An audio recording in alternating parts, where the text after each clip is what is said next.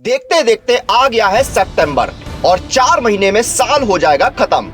लेकिन अगर आप अपने सरकारी नौकरी के सिलेक्शन का सपना पूरा करना चाहते हैं तो 12 से 14 सितंबर आ गया है सितंबर स्कॉलर सेल। करिए सुपरसोनिक तैयारी, जहां आपको मिलेगा अप टू 90% ऑफ एंड 33% की extra validity on all super coaching. तो अगर आप इन एग्जाम्स की तैयारी कर रहे हैं तो अभी जाइए और इस ऑफर का लाभ उठाइए।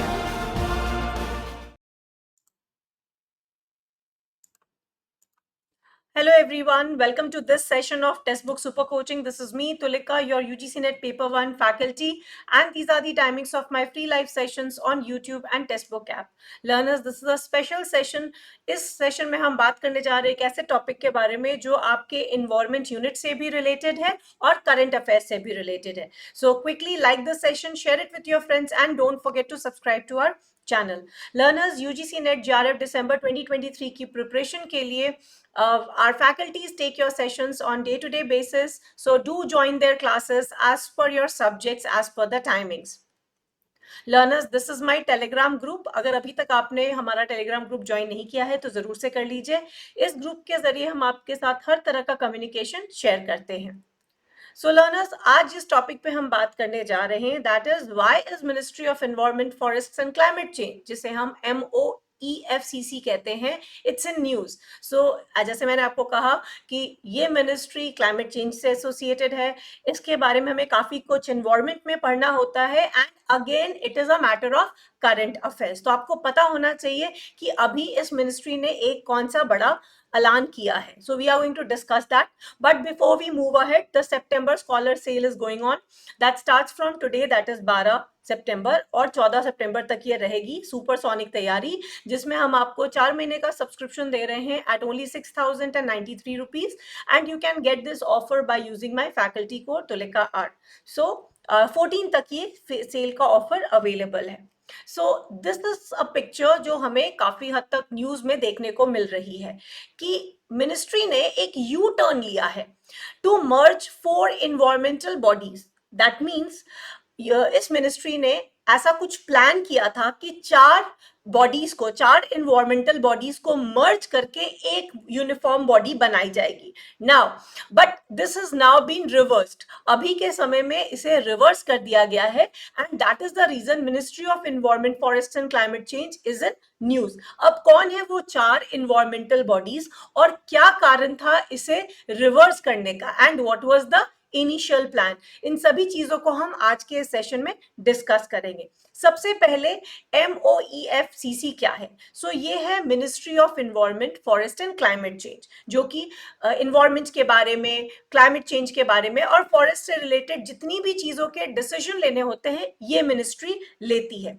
अभी ये न्यूज में है क्योंकि इन्होंने रिवर्स कर दिया है अपना decision to establish an integrated regional office by merging की 4 environmental bodies under its umbrella. तो ये डिसाइड किया गया था कि ये 4 बॉडीज जो है, जिसके बारे में अभी हम आपको बताएंगे, इन 4 इन्वायरमेंटल बॉडीज को पहले प्लान किया गया था मर्ज करने का एक अम्ब्रेला लाइक स्ट्रक्चर में, बट रिसेंटली उसका काफी सारा क्रिटिसिज्म हुआ जिसकी वजह से इस स्टेटमेंट को उन्होंने रिवर्स कर दिया गया है. ठीक है. इनिशियल प्लान क्या था?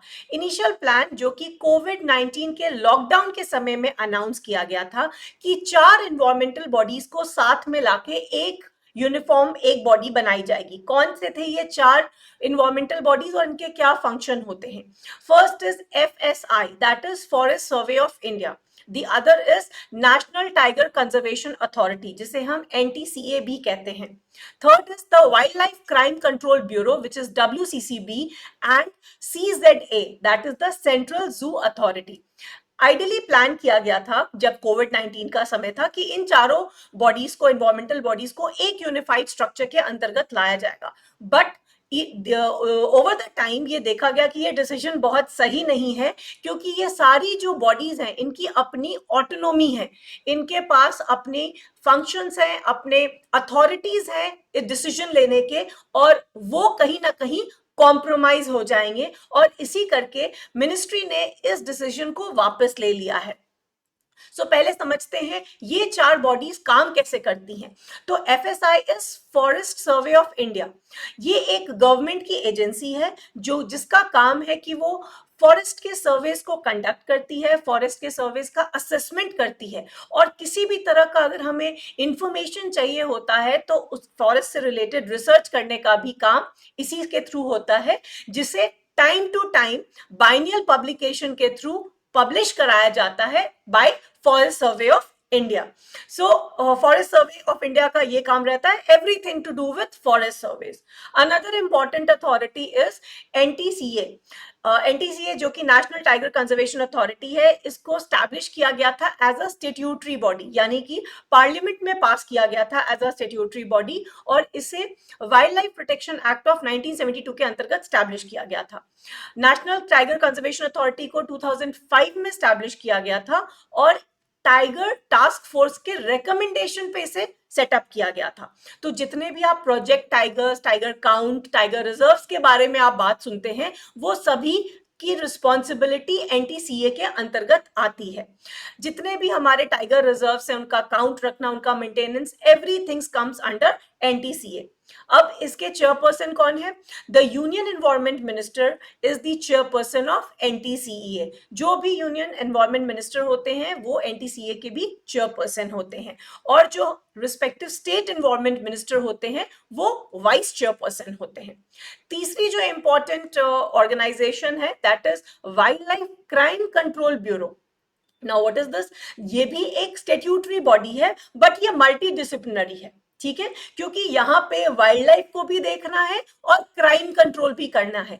यानी कि जितनी भी इलीगल स्मगलिंग या तस्करी जो होती है, अनऑर्गेनाइज्ड वाइल्ड लाइफ क्राइम्स जो होते हैं कंट्री में, उसको कंट्रोल करता है wild life crime control bureau, जिसके हेडक्वार्टर्स हमारे कैपिटल न्यू दिल्ली में है, ठीक है। अब ये जो जिस तरह का भी ये कंट्रोल मैकेनिज्म करते हैं, ये गवर्नमेंट ऑफ इंडिया को एडवाइसेस देते हैं about the wild life crimes, और उसके क्या रिपरकशंस हो सकते हैं नेशनल और इंटरनेशनल लेवल पे। उसी हिसाब से कौन से पॉलिसीज लानी चाहिए, किस तरह से लॉस बनने चाहिए, इन सभी चीजों के बारे में डिटेल में काम करता है wild life crime control bureau, ठीक है। It is also assisted and advices the custom authorities. तो आप लोगों को पता होगा जब भी ये वाइल्ड लाइफ प्रोडक्ट्स होते हैं, उनका बहुत जगह उन्हें इंपोर्ट एक्सपोर्ट भी किया जाता है, तो कस्टम अथॉरिटी के साथ भी जितने भी डीलिंग्स होती हैं वो यही करते हैं एज पर दी वाइल्ड लाइफ प्रोटेक्शन एक्ट। तो जो wild life protection act of 1972 के अंतर्गत बाद में काफी सारे अमेंडमेंट्स भी हुए हैं, तो ये गवर्नमेंट को टाइम टू टाइम एडवाइस करती रहती है। The fourth body is central zoo authority. Now the central zoo authority भी एक स्टैट्यूटरी बॉडी है। अगेन इसका भी जो सेटअप किया गया था वो वाइल्ड लाइफ प्रोटेक्शन एक्ट 1972 के अंतर्गत किया गया था, और इसका बेसिकली काम है कि ये रेगुलेट करते हैं और मॉनिटर करते हैं जितने भी हमारी कंट्री के जूज हैं, ठीक है, जितने भी जू हैं हर स्टेट्स में, डिस्ट्रिक्ट लेवल पे जो भी जू है, उनको कंट्रोल और रेगुलेट मॉनिटर करने का काम सेंट्रल जू अथॉरिटी का होता है। जो सेट स्टैंडर्ड्स हैं उनको सभी जू को फॉलो करने होते हैं, राइट। तो इसका बेसिकली काम होता है कि जो भी वाइल्ड लाइफ प्रोटेक्शन एक्ट के अंतर्गत स्टैंडर्ड्स हैं, क्या जितने भी जूज हैं आर दे मेंटेनिंग दो स्टैंडर्ड्स, राइट। और इसके जो चेयरपर्सन होते हैं, again the environment minister is the chairperson of central zoo authority.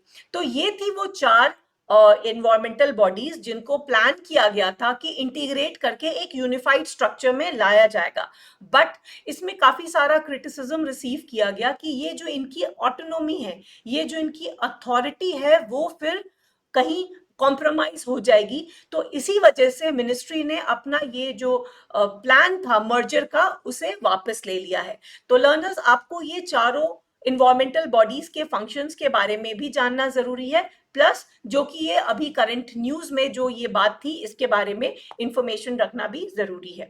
So learners, the September scholar sale is going on till 14th of September, और इसके अंतर्गत आप 4 महीने का सब्सक्रिप्शन ले सकते हैं at 6093 by using my faculty code Tulika R। So ये ऑफर 14 सितंबर तक ही है। I hope you found this session to be informative and interesting. Comment करके जरूर बताइएगा।